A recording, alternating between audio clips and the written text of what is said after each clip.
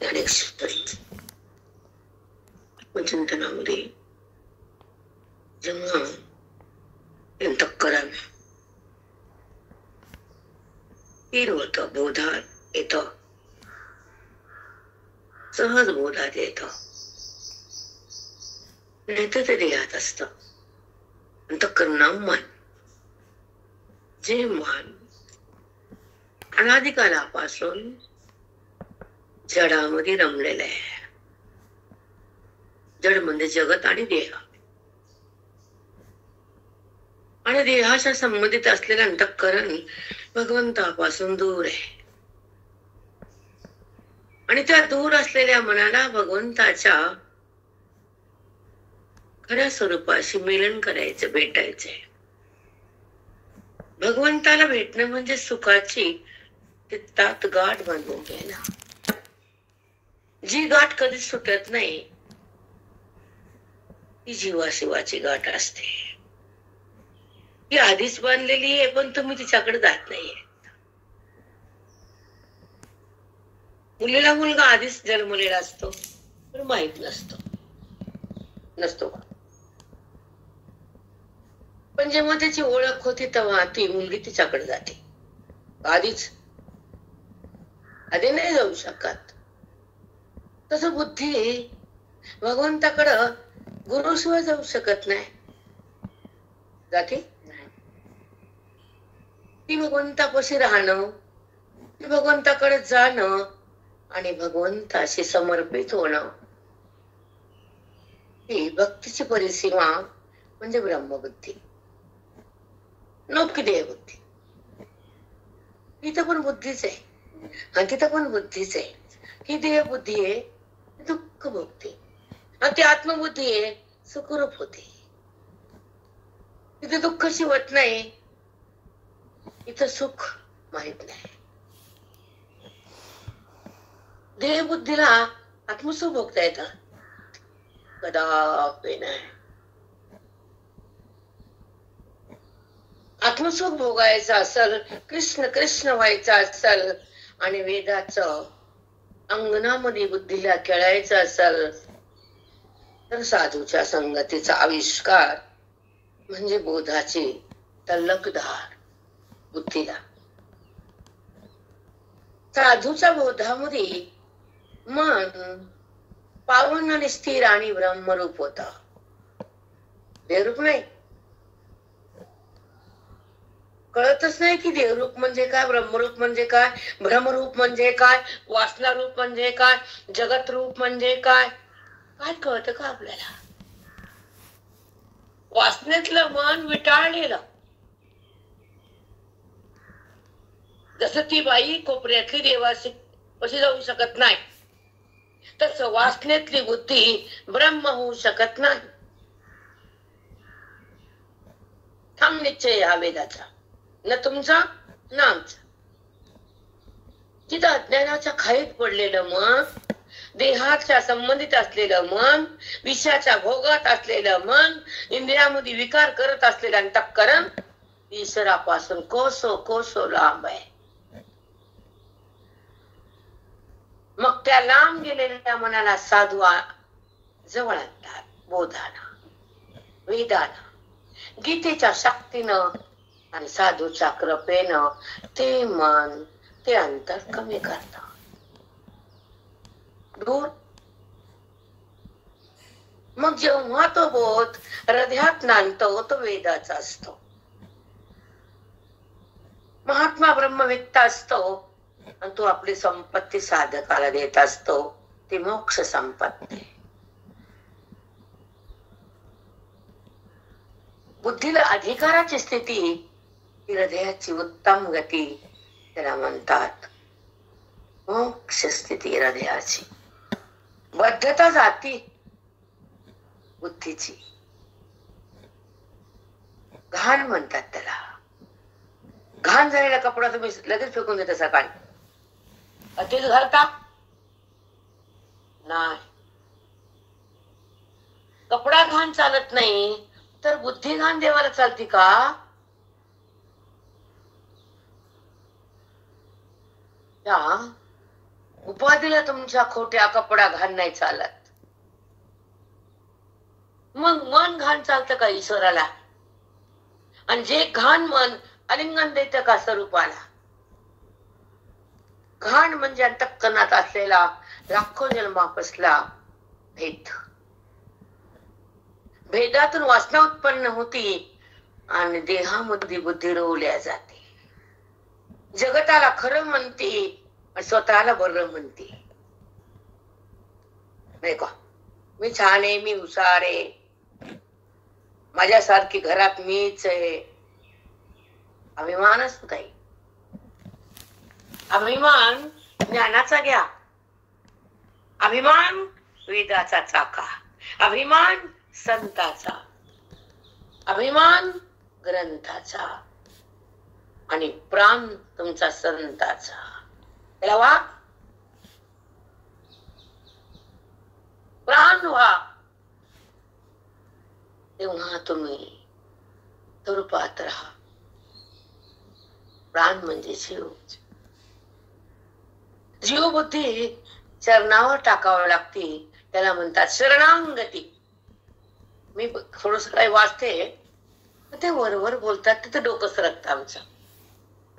तुम्हाला माहित नसतं, तुमचं मुंड कालतं. आबळची भाकर टाळकी म्हणून खाल्ल्यावर तुम्हाला टाळकीचं ज्ञानच नाही ना. घरी ज्वारी मोठी तुम्हाला गेला हाबरेट, तुम्ही म्हणला टाळकीच आहे. चांगलं का तुमचं टाळक? सांगा ना.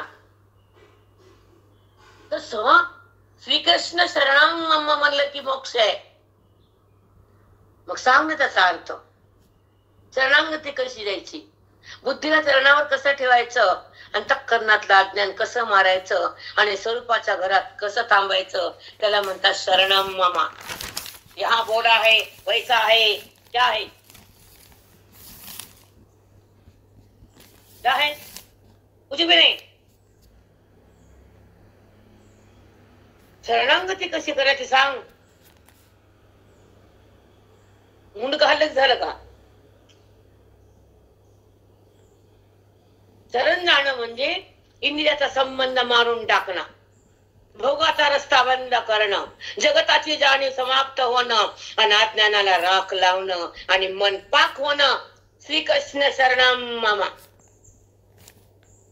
उचललं जीवन टाळ लावली टाळाला. काय समजत आहे तुम्हाला शरण काय आहे ते? काही नाही समजत. दूधदार होता है. क्या होता है? शब्द से होता है क्या? बुद्धि को निचोड़ना पड़ता है, अंतःकरण को झंझोड़ना पड़ता है, उसमें आत्मरस भरना पड़ता है, अपना खून समाप्त करना पड़ता है जग के वास्ते. नहीं क्या? खाली बातों से नहीं कुछ होता. कुछ नाही होता. जगाला माहित नसतो ना ताई. शरणांगती कशी साधूला, देवाला, मोठ्या माणसाला, त्यांना आपण आपलंस करतो ते शरण जाणं. तर प्रेम द्यावं लागतं आणि दुःख सहन करावं लागतं. तेव्हा ते नातं टिकावं लागतं. कधीच टिकतं? साधं नातं टिक ना. बोट टिकतो का? तुम्हाला टोचत असेल तर आम्ही काय करा? जर नातं टिकवायचं तर ती आई सहनशील असते, आहे ना? तर ते नातं टिकतं त्या घरात. तसं अंतःकरणाच्या घरात पांडुरंगाला प्रगट करायचं असेल तर बोधाचं, वेदाचं आणि संताचं नातं त्या बुद्धीने टिकवावंच लागतं. तर ते आत्मसुखाचं प्रेम उकळ्या मारतं. मनमंदिर होतं, तिथं आपलं रूप आपल्याला पाहता येतं. ते आत्मरूप. इसको बोलते शरणम मामा. अरे नाही मामा, असं डोकं सरकत नाही. कारण तुम्ही अधिकाराच्या दृष्टीनं बोधाचा पाऊस टाका. वेदाचा सुख चाखायला द्या. अंतःकरणातल्या भगवंतानं बुद्धीनं आलिंगन कसं हे द्यावं. हे सांगा. तर प्रगती बुद्धीची जेव्हा बुद्धी अंतरंगात जाते तर चिंतनानं आत्मरूप होती, वेदानं आपल्या पदाचं सुख घेते, वदानं आणि राम होती महावाक्यानं. इसको बोलते शरणम मामा. शब्द ऐकले की शरण होत वय. मरणाची मस्ती अंगात. शरणागती का तुला? मोह आहे तुझ्या अंगात, थैमान घालतय नाही घालत. जी बुद्धी शांत असती, जी बुद्धी विराम असती, जी वेदात असती, ती सुखात असती, ती साधूची असती, ती देहावर नसते. हे सांगायला नको आम्ही. जगताचा काय भान? कशाला शान जगासाठी? कशाला मान देहासाठी? प्रभूची जाण हे सगळं तुझं घाण नाही का? तुला आत्मरूपात जायचं ना, तुला शिवाचं व्हायचं ना, तुला अद्वैताचा रस घ्यायचा आहे ना, तर डोळे बंद कर, थोबाड बंद कर. तू काय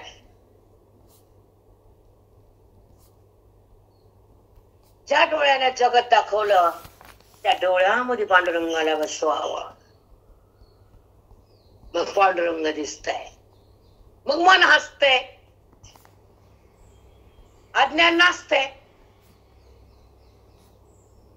उगाच असं आलं प्रसवनात आणि गेलं ज्ञानात. कसं बी नाचायचं जमते. इंद्रियाला एक लगाम पाहिजे, वासनेला आग लावली पाहिजे, वेदाची चिंतन केलं पाहिजे आणि साधूला मन चरणावर दान दिलं पाहिजे. त्याला म्हणतात साधक. जे मन नाचते माकडासारखं ते मन दिलं साधूला, ते नाचत नाही. ते मन तदाकार होत, ते मन बोधामध्ये विघरून जात, ते मन गीतेच्या श्लोकात एकरूप होत आणि ते मन अवाच्य पदावर राहत. कारण ते मन गुरुरूप होत. अमोकार हा जन्म एकदाच आहे बेटा, हजारदा नाही.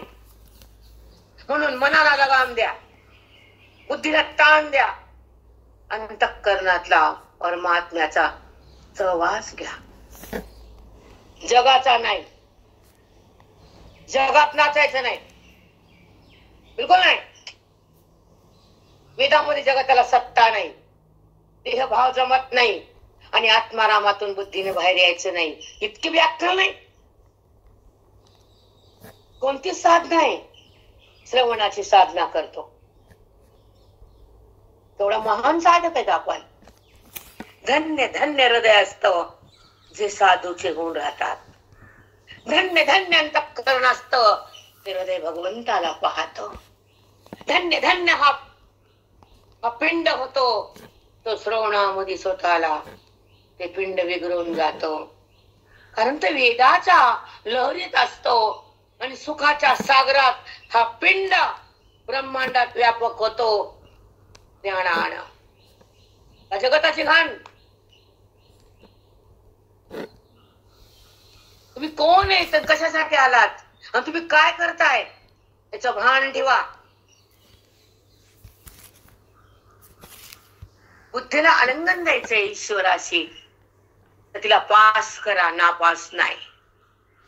तिला पांडुरंगापाशी जायचंय, तिला स्वच्छ करा, घाण नाही. तिला वेदाचा रस द्या की पास नाही. त्या बुद्धीला वेदाकडे न्या. त्या बुद्धीला आत्मस्वरूपाची एकरस समरस करा. नात्याशी नातं किती काल आहे? जेव्हा लग्न झालं पोर गमायला नको म्हणताय, जगाचा अनुभव आहे. ज्ञान झालं मन अज्ञान नको म्हणताय. चित्ताला ज्ञान झालं म्हणावं आणि बुद्धी शांत म्हणा, अंतरंगाचं सुख म्हणा आणि वेदाची स्थिती म्हणा, गीतेचा भाव म्हणा, आत्मभाव.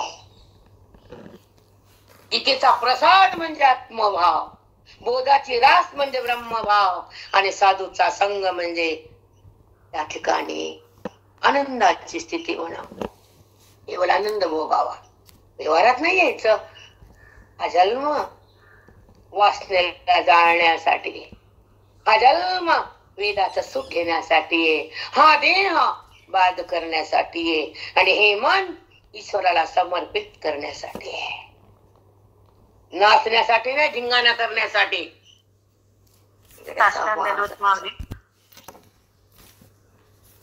ज्ञानाची संपत्ती गोळा करा, वेदाचं सुख हृदयात उकळ्या मारू द्या. मी कोण आहे हे तुमच्या हृदयाला कळू द्या. ते हृदय कृष्ण कृष्ण होतात, ते बाहेर येत नाही कृष्णापासून. म्हणून तर साधूची संगती, वेदाची संपत्ती आणि बोधाची स्थिती त्याला म्हणतात आत्मस्थिती. ही नाही टाकायची. तुझा जन्म ह्यासाठी आहे की साधूच्या संगतीमध्ये, स्वरूपामध्ये बुद्धीला एकरूप करणं आणि तिचं अज्ञान मारणं आणि तिला तारणं, हे साधूच्या संगतीत आहे बेटा. बाकीच्या कोणत्या स्थितीत नसतं. जो साधक आहे, जो पावन आहे, जो पवित्र आहे, तो हो बोधाला घेतो या आणि आत्मस्वरूपात राहतो. तो बाहेर यायला तयार नसतो. नाही, जी बुद्धी भगवंतामध्ये विलीन आहे, तिला व्यापकतेची जाण आहे, तीच महान आहे. ही आमच्या आत्मगुण आहे. चुकायला असंच सांगा. जन्म कशासाठी आहे? आयुष्य किती काल आहे? त्या आयुष्यामध्ये ती स्थान मिळवायचं आणि भगवंताच्या ठिकाणी बुद्धीला एकरूप करायचं.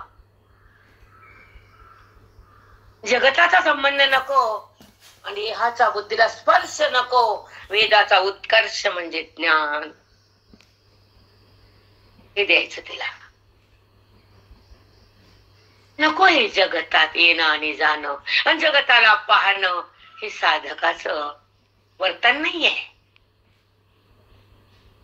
जगत दिसून ते खरं नाही आणि तिथं रमायचं नाही. ज्या अंतःकरणात परमात्मा आहे तिथून बाहेर निघायचं नाही. आत्मसुख भोगल्याशिवाय श्वास बंद करायचा नाही. रंगतला पांडुरंगाला की तू जवळ घेशील तर तेव्हा देहाला माझ्या पाडशील. ही आण ही बाण ही शान वार करायची.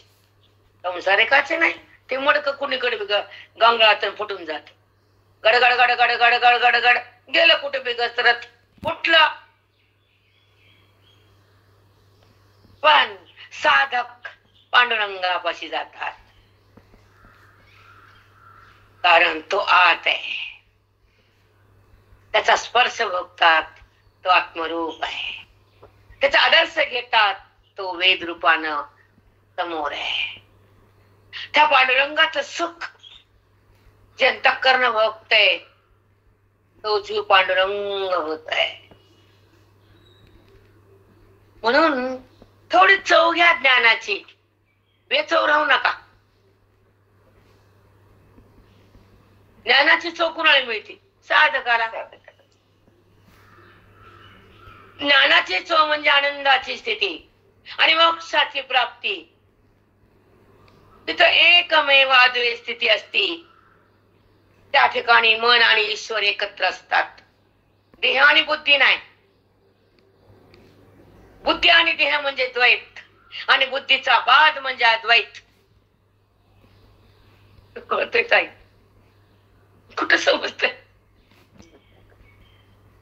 जी बुद्धी देहाला सोडती आणि अज्ञान संपविती. क्षणाक्षणाला चिंतनाच्या द्वारे अज्ञानाला आग लागते. हे बोधाचा प्रभाव आहे, जगताचा अभाव आहे. त्या ठिकाणी सोलाच भाव आहे.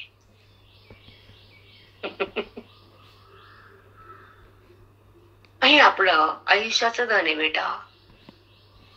ज्या मनाला ईश्वराची ओळख करून द्यायचीच, ज्या मनामध्ये आत्मारामाला प्रगट करायचंच, आणि जे मन भगवंताला व्हायचंच.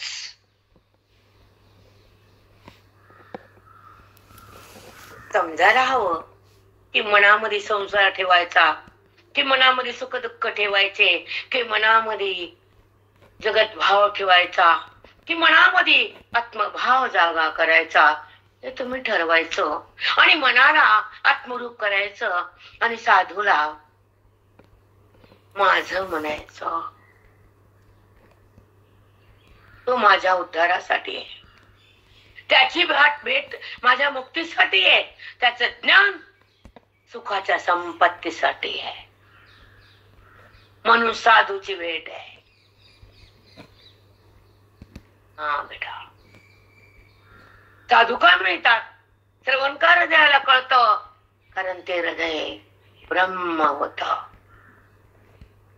हा जन्म ब्रह्म होण्यासाठीच आहे, आनंद घेण्यासाठीच आहे, आणि देहभाव टाकण्यासाठीच आहे, विकल्प काढण्यासाठीच आहे, स्वच्छ होण्यासाठीच आहे, कोटी जन्माची वासना फेकण्यासाठीच आहे, अंतरंगात राहण्यासाठीच आहे, आणि बोधामध्ये थांबण्यासाठीच आहे, आपली ओळख होण्यासाठीच आहे, आत्मारामाचं मिलन भोगण्यासाठीच आहे. बाकीचे कुटाने वटाने फुटाने बंद करा.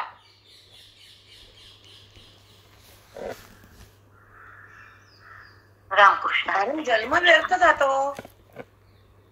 आत्मारामाचा आनंद घ्यायचा वेळ संपून जातो, आणि बुद्धी उन्हाळ होती, आणि ती जगताला पाहती, स्वतःच ऐश्वर फेकून देती. आत्मसुखाचं ऐश्वर्य आतच आहे, ते सोडायचं नसतं, आणि मन वेड व्हायचं नसतं, जगताच्या भ्रमामध्ये वाहत जायचं नसतं, आणि स्वतःला विसरायचं नसतं, देहात घसरायचं नसतं. वेदाचं ज्ञान कानातून घ्यायचं असतं. हा आपला आयुष्याचा ठेवा आहे, सुखाचा मेवा आहे. कारण हा जन्म बार बार नाही बेटा, एकदाच आहे. आणि त्या आयुष्यामध्ये आत्मस्थिती, साधूची संगती, परमात्म्याची प्रतीती, त्याला म्हणतात जीवन मुक्ती. शिकायला पाहिजे. कोणती वासना, कुठले विषय? विषय माझा तो, विषय तो त्यांचा झाला नारायण. न आवडे जन धन माता पिता. अभंग खोटा आहे का हे?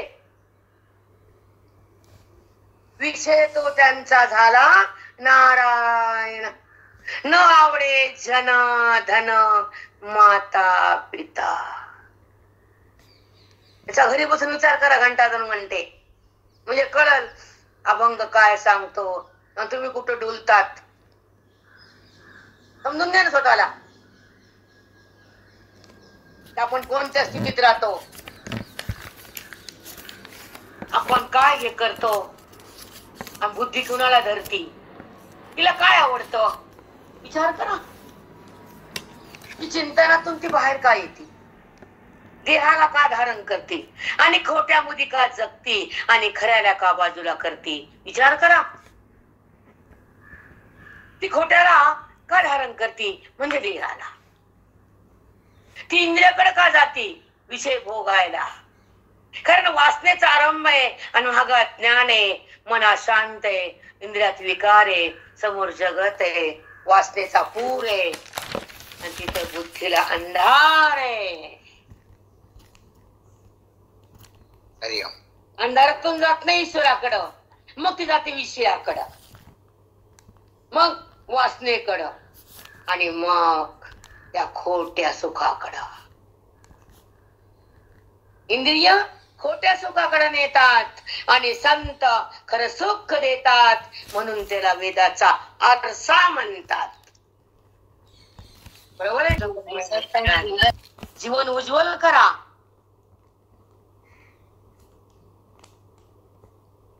आणि आपला स्पर्श ईश्वराशी, आपला स्पंदन ईश्वरासाठी, आपला प्राण ईश्वरासाठी, आपलं धन ईश्वरासाठी, आपलं मन मुक्तीसाठी, आपला देह तपस्येसाठी, भोगासाठी. 50 पर्यंत आलात. किती राहिले माहितीये का? आणि तुमचा काल हा सुंदर आहे. हा, कारण तुमचंच राज्य आहे ना सगळं. करेक्ट आहे काही? आम्ही खोटं बोलत नाही, कोणाच्या बापाला देत नाही. पुढे कुणाचं बंधन होईल, कोण ताप देईल माहित नसतं. म्हणून आता आपलं जे वैभव आहे, तर आपण मुक्तीसाठी, आपलं आयुष्य संताच्या सेवेसाठी, आपलं मन ईश्वरामध्ये समरस करण्यासाठी आपला आयुष्याचा काल घालावा. फालतू गोष्टी करावं का? आपला वेळ मिळाला आत्मचिंतन, वेळ मिळाला भगवंत भजन, वेळ मिळाला ग्रंथ चिंतन, वेळ मिळाला स्वरूपाची जाणीव करण्यासाठी आपलं अध्ययन. साधक म्हणतात बेटा. साध्याच्या प्राप्तीसाठी ज्यांचं हृदय थैमान घालतो आणि गीतेचा बोधात राहण्यासाठी ते गुरुला वचन देत, ते मन ब्रह्म होत. रामकृष्ण हरे माई. म्हणजे चिंतेला आग लावणं, चिंतन म्हणजे चिन्मय होणं, आणि चिंतन म्हणजे त्या स्वरूपामध्ये बुद्धीनं राहणं, त्याचं नाव चिंतन. कुठं कळत ते देहाला सोडणं, त्याचा क्षणी त्याचं नाव चिंतन. अध्ययन ज्या श्रवणामध्ये आयुष्याचा काल घालतो त्या साधकाला यम भीतो. यम तर कापतय, येत नाही समोर, ताप नाही त्याची यायची. एवढा साधक पावन असतो, कारण तो ज्ञानामध्ये असतो. श्रवणाचा भडीमार घेतो आणि वेदाची तलवार हातात ठेवतो. मोक्षाचं धन त्या युद्धामध्ये प्राप्त करतो, कारण जन्म आणि मृत्यूचं युद्ध संपवते त्या साधकाला. सद्गुरु माऊली. मृत्यूला सोडलं आणि जन्माला काढलं, मनात वेदाला धाडलं, त्यानं अज्ञान फाडलं. कुठं कळत की माझ्या आयुष्याचे श्वास त्याच्यावर मी पास. माझे श्वास वेदासाठी, चिंतनासाठी, मुक्तीसाठी, भक्तीसाठी, हरीच्या प्राप्तीसाठी. अहो पांडुरंगा रामा. माऊली खूपच सुंदर यायला लागले. माऊली खूप खूप सुंदर यायला लागले. राम बेटा. काय बोलू माई. आयुष्य पुन्हा नाही, तारुण्य टेकत नाही. लक्षात ठेवा, तारुण्य पुन्हा नाही राहत. आता आहे तर बाजूला या तारुण्यातून निघा. तारुण्याचा माज नका.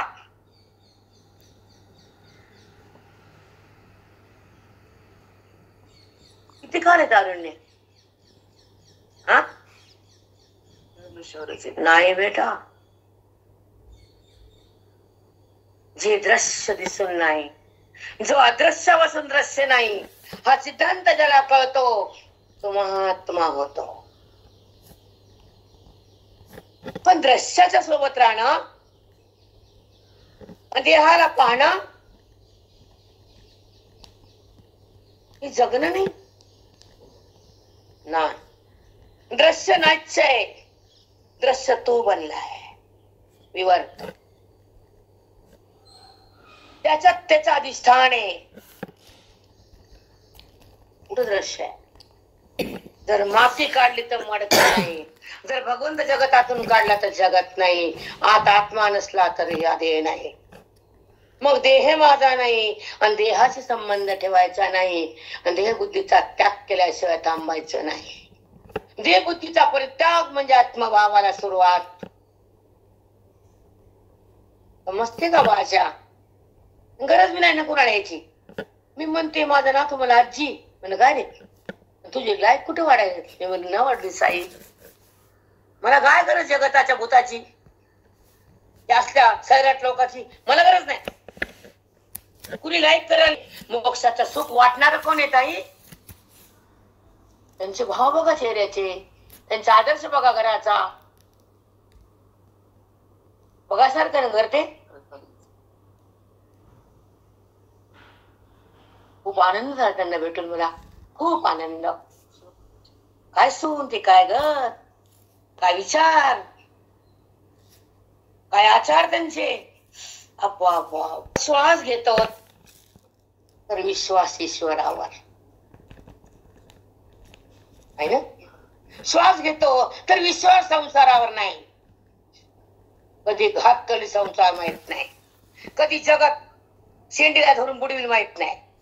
म्हणून श्वास जगतासाठी नाही, श्वास साधूसाठी, श्वास वेदासाठी, श्वास मुक्तीसाठी आणि श्वास साधूच्या चरणाच्या संगतीसाठी. उपास नाहीतर आम्ही नापास आहेतच. 25 मार्क पास आहे का ते? आणि येते का ट्युशनला शाळेत आणि येते ना आमुष्याला पौर्णिमेला, म्हणून तर नापास येतो. असते का पाठात? असते. कधी 4 महिन्याला 2 महिन्याला एकदा. तुम्हाला काय भेटणार आहे? अमावस्या पौर्णिमाला. एकादश कधी? पौर्णिमाच. एकादश की अमावस्या असते, एकादश पौर्णिमा असते. 2च एकादश यांना माहिती मंदिरातल्या. आणि यायचं बसा बस लोक यायचे ना. कीर्तनात पुण्य असतं. महाराजांचे का सत्संगात पाप आहे का? पाठात पाप आहे? मग ते बी लोक हुशार. गुरुजीचं गाव म्हणलं का येडे लोक आहेत का? ते म्हणायचे नाही साधक असते रोज, त्याला लाज वाटायची. ते माग मग बोलल्या तू माझ्यासारखं महाराज माझ्यापेक्षा कितीतरी महान. मी काय नुसती तिळीवर त्यांची भ्यायचं. टर उशिरा आलेली बाई की नाही बाहेर उसायची वट्ट्यावर. मलीच येत नव्हती. वट्ट्यावर गच्ची समोर यायची का ताकद आहे का बाहेर. मग संपल्यावर मोदी दर्शनाला लाज वाटते ना. महाराज धुवून काढतात निर्मा टाकून. मशीन लावतात, मशीन कपड्याला. म्हणून उशीर आले की बाहेर बाहेर ते म्हणायचे घुशी कशाला आले इथं? म्हणताला घुस. वेळ नसतो ना. आणि सार्धकाच्या जागेवर माझ्या सागर तर कुणी बसत नव्हते. असेच बघतच मी डोळे वाटावे. आता वही जीवाच घरून कस तरी आटापटा करून यावं लागते. आणि जागा माझ्या बसता का कुठं काय? ती संतापशी कमवलेली जागा आहे.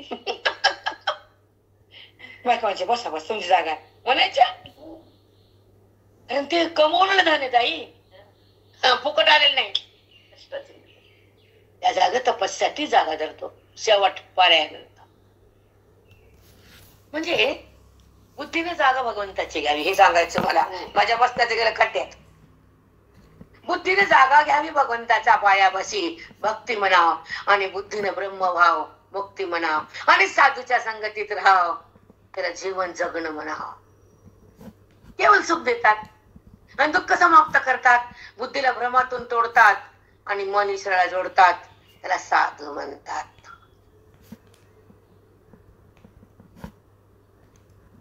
कुठं कळते? नाही कुठं कळत? भगवंताच्या पायापाशी बुद्धी का टिकत नाही? तिला भगवंताचं प्रेम का जास्त येत नाही?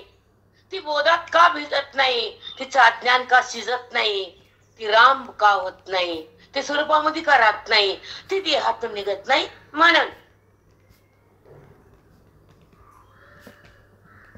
तिला निघताच येत नाही ना गुरुच्या कृपेशिवाय. देहात राहणं म्हणजे बंधन, विकार करणं म्हणजे बंधन, विषयाचा भोग घेणं म्हणजे बंधन, आणि जगताला सत्ता देणं म्हणजे बंधन, तुम्ही होणं म्हणजे बंधन, आणि स्वैर वागणं म्हणजे बंधन. साधक ही आपली संपत्ती घेण्यासाठी आणि स्वरूपात राहण्यासाठी बापा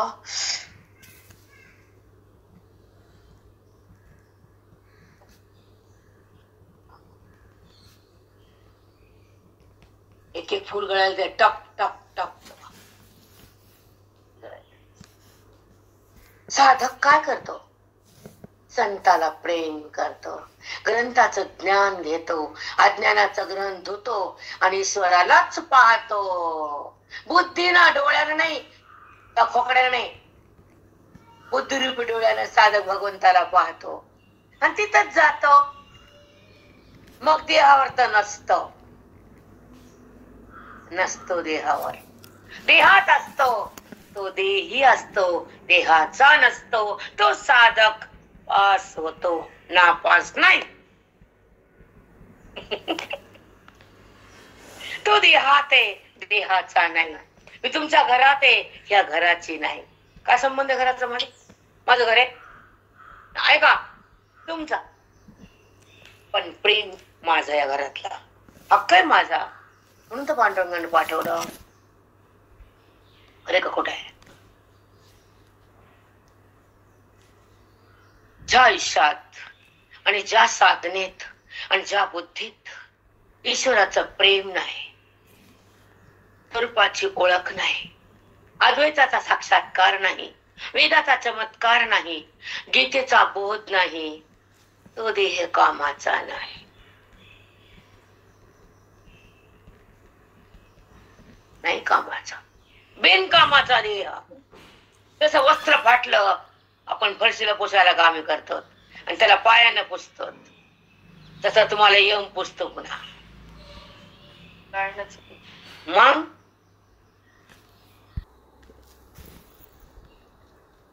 का रवीच्या अस्तमानी अंधारने कोंदे रजनी, तैसा हाच गगनी मांडला असे.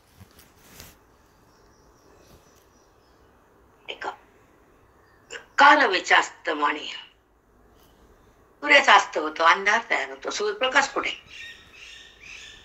अंधाराची कोंदे रजनी, रजे म्हणजे रात्र, सगळीकडे अंधार कोंदला जातो. तैसा हाच गगने मांडला असेल. तसा अंधार आकाशाच्या पूर्ण पसरला ना, मांडला असे. अंधार एक प्रकाश देतो, सगळं अंधार आहे. खरं सूर्य असताना गेलाय, हे कारण आहे. सूर्य असताना गेलाय म्हणून अंधार झालाय. तसे बुद्धी देहाकडे गेली म्हणून अज्ञान सिद्ध झालाय. सेम सेम, बरोबर आहे ना? आता ऐका. या फळना चुंबिता हे संसार वृक्ष आहे. 15व्या अध्यायामध्ये संसार वृक्षाचं निरूपण आहे. त्या वृक्षाला फळ नाही, फल नाही, फळ नाही, सुगंध बंद आहे, असा वृक्ष आहे. त्याचे निरूपण आहे की ज्याला कळलं तो माझ्यात आहे, ज्याला कळलं नाही ते अज्ञानात आहे. त्याला जन्म मृत्यूच्या खाईत लोटतो मी, आणि ज्याला हे कळलं त्याला माझ्या आत घेतो मी. हा प्रश्न परमात्मा बोलतात, ना तुम्ही ना आम्ही. या फळना चुंबिता फुलना तुरंबिता, वास घेतलं तरी वास नाही. जे काही पंडसुता ते रुखची हा, जे काही ते फक्त झाडे, याला फल नाही, याला फळ नाही, याला सुगंध नाही, फक्त हे झाडे वृक्ष. याचं निरूपण आहे 15व्या अध्यायामध्ये. हे ज्याला ऐकलं त्याचा उद्धार करतो, ज्याला कळालं त्याला मुक्ती देतो, त्याच्या हृदयात हे ज्ञान आलं त्याला माझ्या आत घेतो. काय भगवंताचं वचन आहे, सांगितलंय. मग हे ज्यांना बोध कळाला तो माझ्या आत आहे. आमच्या दोघांचा एकरूपतेचा साक्षात्कार आहे. अवेदाचाच नमस्कार आहे. आविष्कार आहे ज्ञानाचा. त्या ठिकाणी बुद्धी आणि भगवंताचा ऐक्य आहे. हे वेदाचा चमत्कार आहे आणि साधूच्या बोधाचा प्रसाद आहे. बुद्धी बोधात राहती आणि भगवंत होती. साधी भाषा कळती तुम्हाला आवड नाही. साधी भाषा आहे. बोधामध्ये ती भगवंताला प्राप्त होती आणि जगामध्ये अधोगतीकडे जाते. जगाला पाहती अधोगती होती, भगवंताकडे जाते ब्रह्मरूप होती. किती साधी आहे ओवी आमची, किती साधी आहे, सोपी आहे. संसार किती घाण आहे तुमचा, किती विष प्यावं लागतं. एखादा देश करतं मरुस तर सहन करावंच लागतं. एखादा अंगावर धाव धाव येतं, किती बी करून बोलताच येत नाही, कारण ते मोठं असतं. नसतं का? ते म्हणतं मलाच खरं. आपण वय वाढल्यानंतर काय करू माहित नसतं बेटा. म्हणून आधीच लगाम पाहिजे, वेदाचं ज्ञान पाहिजे, आत्मसुखाचं भान पाहिजे, स्वरूपाची जाण पाहिजे.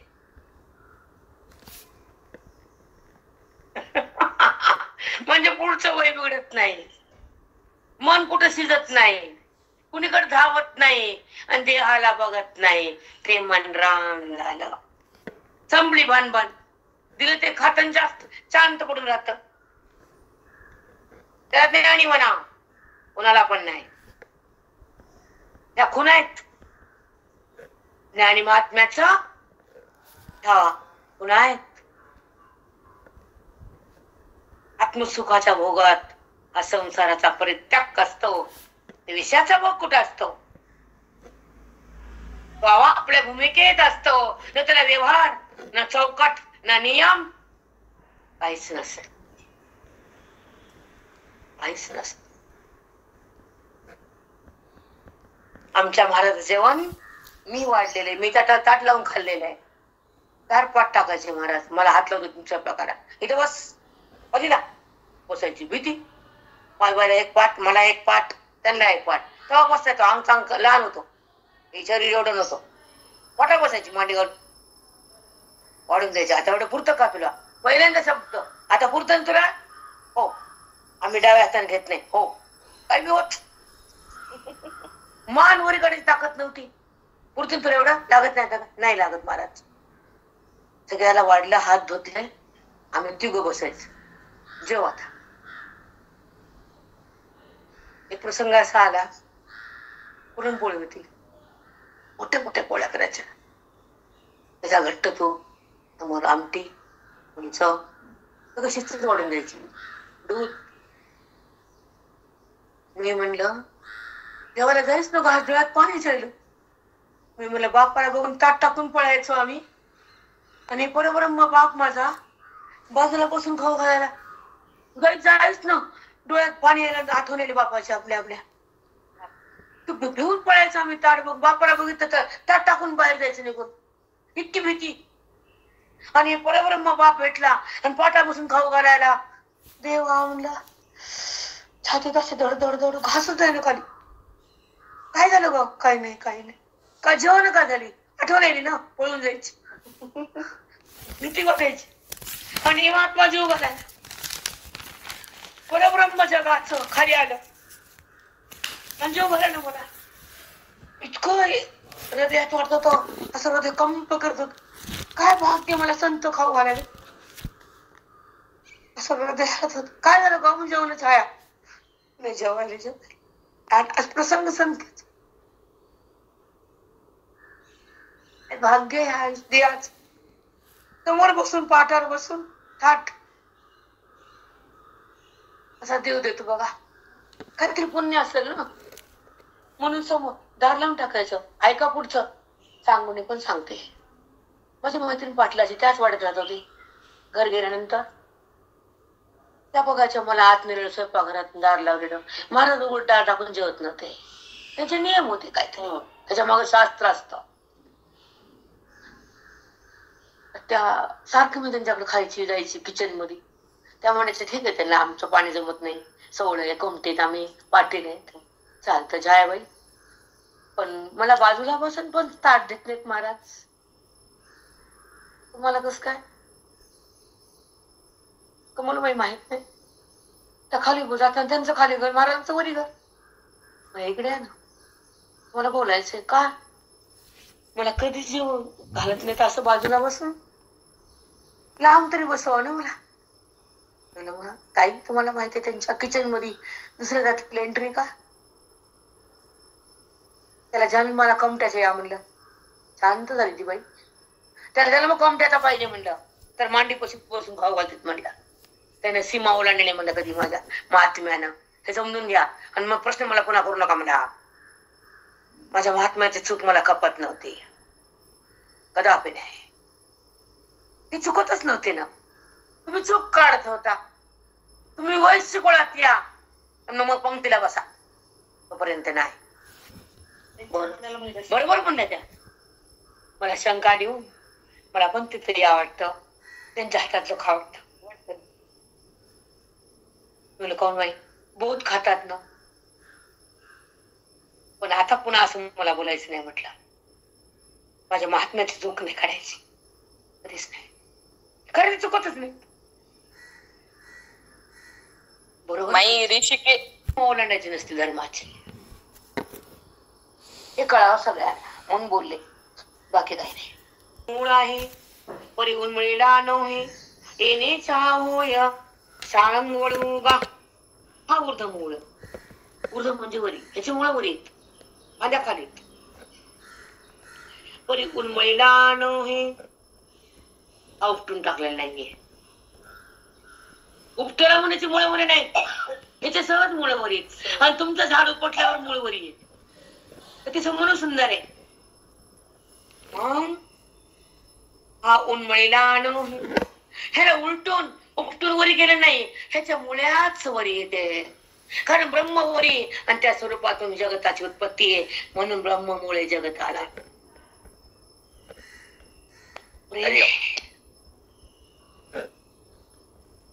किती सुंदर आहे त्या निरूपण. ह्याला म्हणा गीतेचा भावार्थ.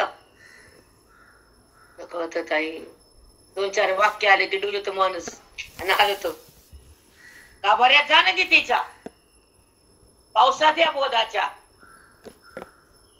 कळत नाही काही नाही माथे. परी हा उन्मळीला नव्हे, येणेच हा होय साळंग वडुगा. त्याला म्हणून संसार वृक्ष म्हटलंय. त्याच्यामुळे आधीच वरी येतं. उपटायच्या आधी तुमचं झाड उपटल्यावर मुळ्या वरी, आणि उपटायच्या मुळ्या आधी वरी. कळत काय कळत आहे? 15वा पदा पाट्यामध्ये बायका. कळत का? हे अभिमान असतो काय आपल्याला, मोठा सगळा परत. हे माझं, हे मी दुःख देत आणि माझं दोषाला तयार करतो. म्हणजे मी बी नाही आणि माझं बी नाही, तो ज्ञानी. प्रबळला चोमेरी पिंपळ कावडाच्या परी, जे पारंबिया माझारी डहाळिया असतो. हा वडाच्या वृक्षासारखा फाट. आधी उर्दू मूळ असेल, जरी वरी मूळ म्हणलं असं जरी म्हणलं तरी निगदिले किरासे, हे खरोखरे मूळ वरीच आहे त्याच. जे परी आधी असोसे मूळ यया, ह्याला खाली मूळ येतं. आधी असोसे मूळ यया, ह्याला खाली बी मूळ वरी बी. आता कसे मूळ आहेत पुन्हा बघू. सव्वाट झाले, मला जायचंय बायकडे. मी तर थोडा पाणी घेते त्यांच्या घरात. आवडते सगळे ते बसले की उठत नाही मी. त्याकडे पाठी आज माझ्या इकडे थोडस 4 घंटा. परमात्म्याच्या मुखातल्या श्लोकाच्या गीतेतून ह्या ओव्यामध्ये मन येतं. सोपं नाहीये. श्लोकाचा भावार्थ म्हणजे ओवी. भगवंताला मन हाक मारत ते ओ देतो, ती ओवी. माई श्री गुरु ज्ञानदेव. मला पुराने जावं लागतं.